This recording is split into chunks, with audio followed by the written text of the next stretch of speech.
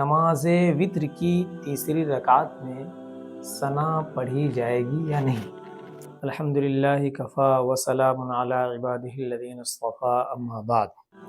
السلام علیکم ورحمۃ اللہ تعالی وبرکاتہ۔ وعلیکم السلام ورحمۃ اللہ تعالی وبرکاتہ۔ مفتی صاحب اللہ، نماز کے متعلق آج ایک اہم سوال لے کر کے حاضر ہوا ہوں، وہ یہ ہے کہ نماز وتر کی تیسری رکعت میں ثنا پڑھی جائے گی یا نہیں؟ نحمدہ ونصلی ونسلم علی رسول الکریم، اما بعد فاعوذ باللہ من الشیطان الرجیم، بسم اللہ الرحمن الرحیم۔ ناظرین اکرام، سوال یہ ہے کہ وتر کی تیسری رکعت میں ثنا پڑھنے کے بارے میں شرعی حکم کیا ہے؟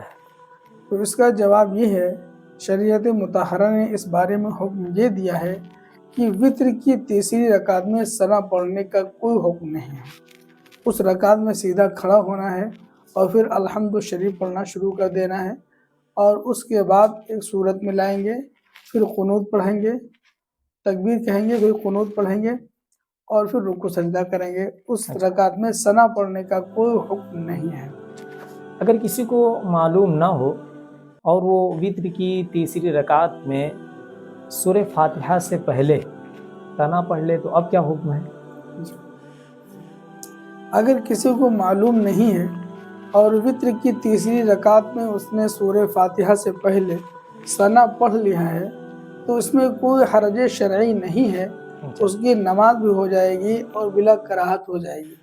اس پر نہ سجدہ سہو واجب ہوگا اور نہ ہی اس نماز کو لوٹانا واجب ہوگا۔ اگر قصدن ایسا کرے تو؟ قصدن ایسا کیا ہے تب بھی نماز میں کوئی فرق نہیں پڑے گا، نماز ہو جائے گی، اس لیے کہ یہاں پر ثنا کے پڑھ دینے سے کوئی تاخیر رکن نہیں ہو رہا ہے اور نہ ہی کسی واجب کا ترک ہو رہا ہے۔ لہٰذا یہاں پر سجدہ سہو کا نہ وجوب ہوگا، نہ ہی نماز کو لوٹانا واجب ہوگا۔ دوسرا سوال یہ ہے کہ اگر کوئی شخص دوران نماز بھول گیا اور ایک رکن یعنی 3 سبحان اللہ کی مقدار خاموش رہا، تو اب اس نماز کے حوالے سے شریعت کا کیا حکم ہے؟ کیا اس پر سجدہ سہو کرنا ضروری ہے یا سجدہ سہو نہیں ہے؟ نماز کا اعادہ ضروری ہے؟ کیا حکم ہے؟ ذرا تفصیل سے ہمارے ناظرین کو آپ ارشاد فرمائیں۔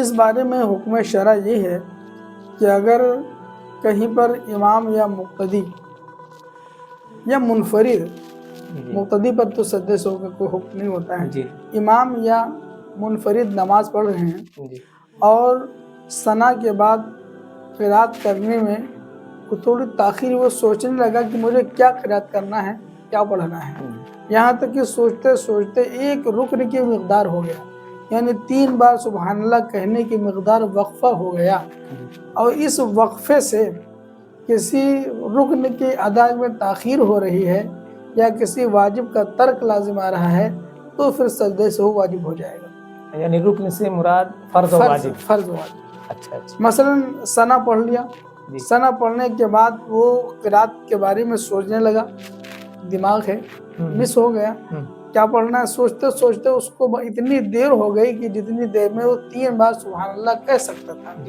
تو اب یہاں پر چونکہ قرات کرنے میں تاخیر ہوئی ہے، اس وقفے کی وجہ سے قرات کرنے میں تاخیر ہوئی ہے ایک رکن کی مقدار، لہذا اس پر سجدہ سہو واجب ہو جائے گا۔ اچھا جی، اور اگر کہیں ایسا ہے کہ اس تاخیر سے تاخیر رکن لازم نہیں آتا ہے تو پھر وہاں پر سجدہ سہو والا لازم نہیں آئے گا، سجدہ سہو واجب نہیں ہوگا۔ اچھا۔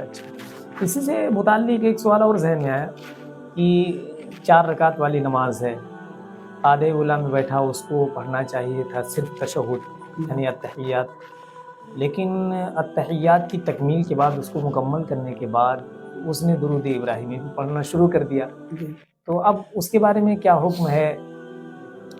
اس کے بارے میں حکم شرع یہ ہے کہ اگر قاعدہ اولیٰ کی بات ہے، قاعدہ اولیٰ میں مقتدی نماز پڑھ رہا ہے، امام منفرد نماز پڑھ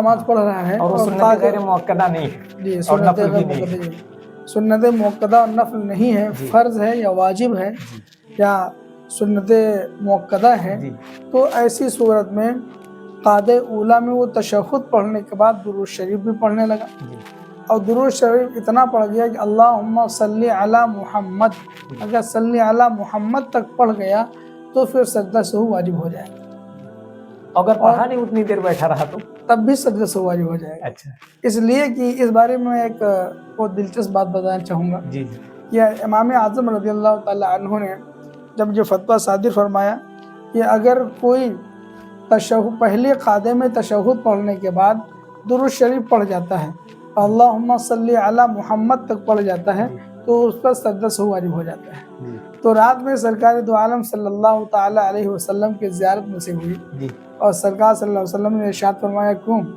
ابو حنیفہ، اگر کوئی مجھ پر درود شریف پڑھتا ہے تو تم اس پر سجدہ سہو واجب ہونے کا حکم دیتے ہو؟ اچھا تو یہ مشفقانہ عتاب تھا، اس کو کہہ سکتے ہیں، جی حضور مشفقانہ عتاب اسے کہہ سکتے ہیں۔